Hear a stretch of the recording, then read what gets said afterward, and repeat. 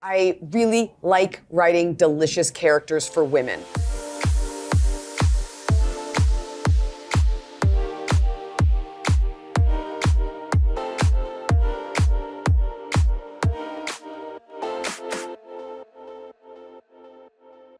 Well, thanks so much for being here. I love this movie. Iliza, you said this has been something that was gestating for a long time. Tell me a little bit about the origin of the film. I only recently went back and found it. In 2018, I wrote an email to myself, and the gist of it was basically about what if high school came back to bite you in the ass? And I had some other things written on there, and I don't want to say them because I don't want to give anything away. But I started writing this as a way to say goodbye to my own, youth. Because in 2018, I don't remember when I started, but I was either about to get married or I'd gotten married. And while that is incredible, and you're marrying your best friend, and it's this beautiful chapter you're about to embark on, you are in a way saying goodbye to a lot of what being single and being young was. And a lot of that is embodied by a summer home or a summer. There's summer romances, summer jobs, the exquisite pain and beauty of returning home to your parents' house, being an adult in your parents' house, and how we all become kids again. And I think for me, in bidding goodbye to that, I wanted to have one last summer home in Texas.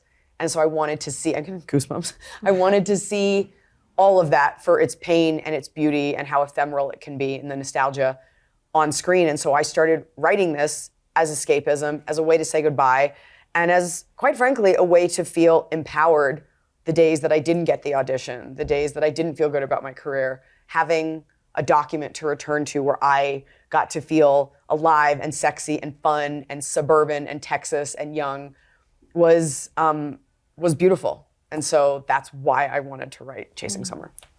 And Josephine, how did you get involved in the project? Houston King, who's our producer, he sent me the script, and I was like, oh my God, this is the kind of script that I always wish I was sent, but it almost couldn't have hit home harder. I don't even know if he knew I was from Dallas. But I'm from Dallas, and it was like I was like reading my own experience. It was like both of like reflecting on a moment in high school that you're like, this place fucked me up, and then also being like, but the way that it maybe like distilled me into a human, I had to make up a story about that actually no longer serves me and might not even be true. And so that just resonated so deeply with my personal experience. So I loved the script, and then Iliza and I met, and I loved Iliza. I was like, oh my God, this woman is amazing, and I've never met anyone like her. And she really reminded me of Texas. Like there's like kind of like strength to the woman in Texas that I like missed. And so it was really fun to get to collaborate with her, and I think we've gotten to learn a lot from each other. We're two strong Texas women who have very different lives and are very different. Yes, very different. And it made some beautiful alchemy. Yeah. When you started working together, did the script change a lot, or? Yeah. It's unrecognizable.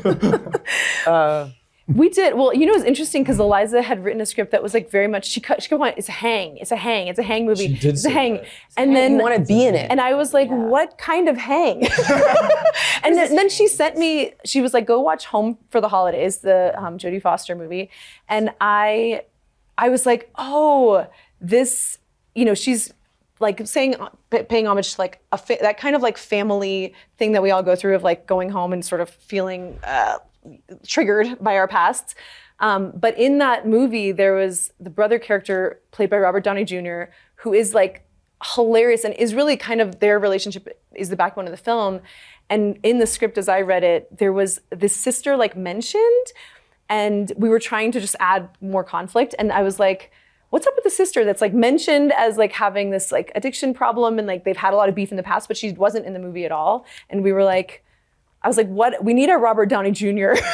And so Cassidy Freeman came into play. So she joined us in the movie in our brainstorm creative process. And I feel like you wrote her beautifully. Do you want to share about how you, I feel like the way that you wrote her? I just wrote a character that I would want to play. And then when I was done, I was like, could I play this? And maybe someone else could lead the movie. Because I want to be this sister with these terrible tattoos and these bedazzled buckles. I really like writing delicious characters for women, because we are so often cast as like the wife, the girlfriend. I've read for really big comedies where it's like, and you're the wife. oh, you're someone who makes your living being funny. Well, you'll have 3 lines and you'll be the girlfriend. And I'm like, not in my film. And so we needed that friction.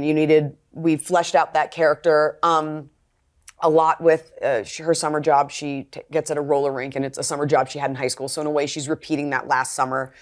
In a sad and in a beautiful way, we made the roller rink and sort of, I guess, the culmination of the second act different. It's hard to say without seeing the movie, but a lot changed. And Josephine has such a vision for storytelling, and I love writing dialogue, and I love writing.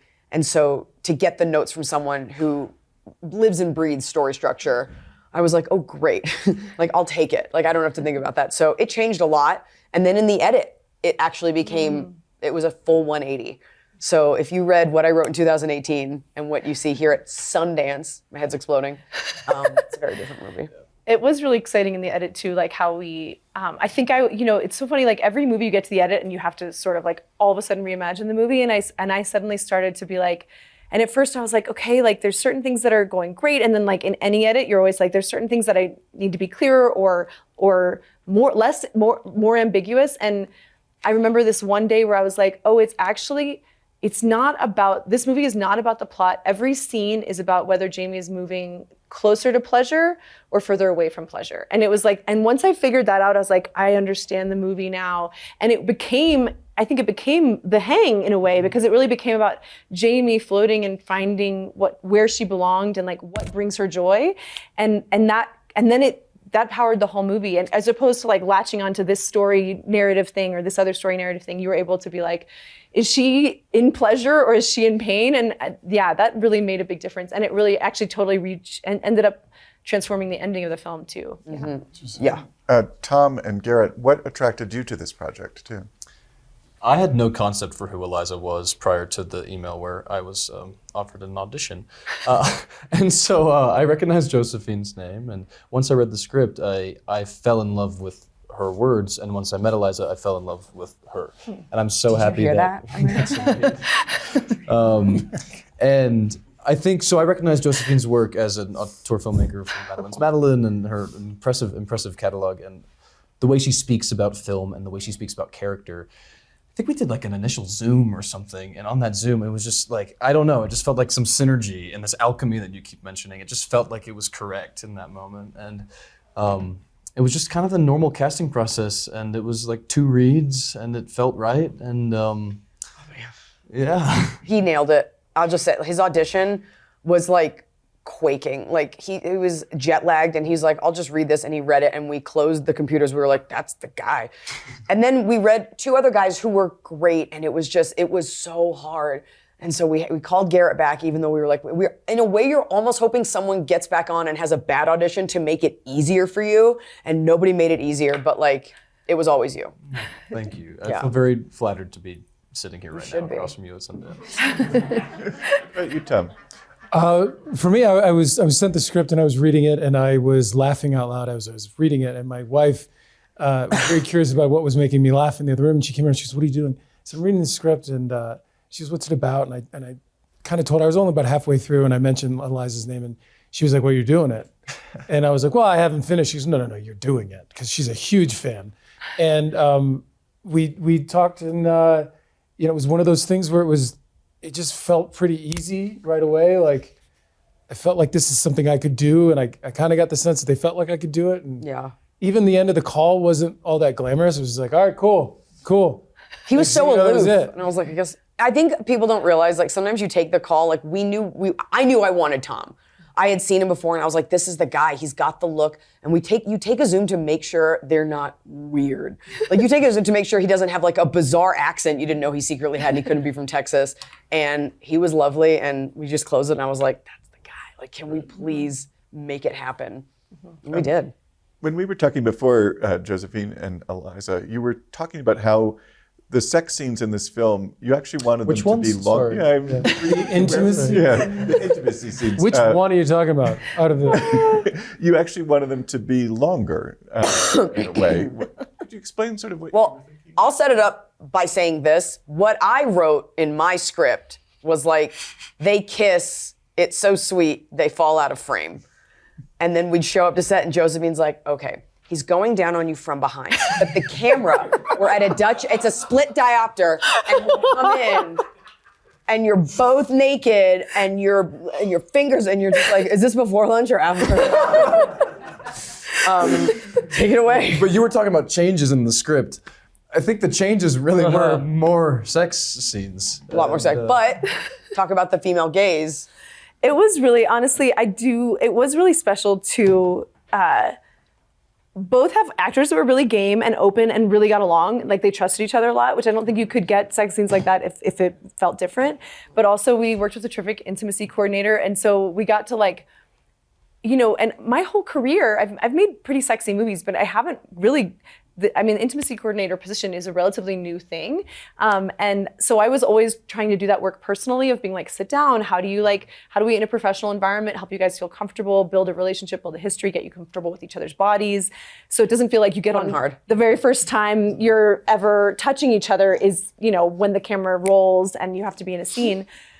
But working with intimacy coordinator, we just kind of went a little far. we were building intimacy scenes like they were fight scenes. And I think a good fight scene tells the story more deeply. A great intimacy scene, you're like, cut to you on a couch with a towel over you. She's like, it's like this. and he's just like this hand. No one's laughing. But Or they're allowed, no one's sure if they're allowed to laugh. You're like, you're not at a hearing. Yeah. yeah, but it also was, I think that the intimacy was part of the storytelling. Like your two characters don't get to have a million scenes together. And that first time that you are intimate together is like kind of when we fall in love with your character. We see like that the way he cares for you in an intimate environment is sort of like, it's beautiful, it's very loving, seems like it's a good time, and also it reveals something about your character and like generosity, and that this is bringing you a lot of pleasure. And so like in this whole like pleasure mindset of the movie, it was like, oh yeah, this is revealing a lot about who he is and what he's giving to her, and these deeper questions that she has about like, where am I going in the future? You know, her big plan isn't necessarily wrapped around her sex life, but I think the sex life opens something up for her in terms of how she thinks about what she can have access to in her regular life. Yeah. I think it's used as a plot device, and it's not necessarily gratuitous at most times, but I think it is used to tell her story and where she is throughout the narrative. Yeah. Garrett, I'm a fan of Ransom Canyon. I wonder what the second season has in store for your character. Well, let me just say, I got my practice for some intimate scenes on Chasing Summer, and I used that practice on the set of Ransom Canyon. So you'll be seeing plenty of me. Were you putting in rewrites for your second season? Yeah, it was just a communal effort. We want more. But look, I'm really proud of what we made, and we were talking about, you know, like elevating previous work, and I think that Ransom Canyon has stepped into a really cool chapter for season 2 that fans will really gravitate towards. Yeah. And Tom, I wonder, what was your reaction to Superman last summer? Did you see it? I haven't seen it. Oh. I really haven't. I tried to watch it with my boys. They didn't last long enough. It just didn't. They're too young, I think, still, and so I haven't swung back around yet. Yeah.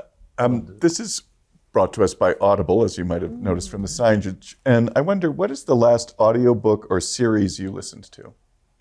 Oh, wow. I listen to Audible all the time because I'm a mom, and it's sometimes the only way you get to read a book. So I am in the middle of the Mahabharata. That one's long. It is very long. I was like, oh, it's 40 hours. It's going to be a while. I love the book Existential Kink, which I also read on that. I highly recommend that to everyone. This movie is actually, I think, a manifestation of a lot of what's in that book. And I also just read Virginia Woolf, To the Lighthouse. Yeah, so anyway, Nice. yeah. The Long Walk. Yeah. Oh, that's a good one. Stephen King. Yeah, it's a pretty good one. I liked that book. I'm going to answer it in a different way. I've written 2 books. I wrote Girl Logic and I wrote All Things Aside, and they're both available on Audible and narrated by me. It's funny because when I look at my history, my most recent book was. No, I'm just kidding. I was like, what? Mine is. How to It's called order a pizza online. How to Listen. It's a hard read. My most recent is Treasure State by C.J. Box, which I've read a lot of his books, and I do think that character needs his own series in a more elevated way than it's been done in the past. So maybe trying to go down that road. Tom's agent's here. So Yeah, if anyone's listening. Well, thank you all so much, and congratulations on the film. Thank you. Thank having you. us. Thank you, much. Brent. Thank you for having us.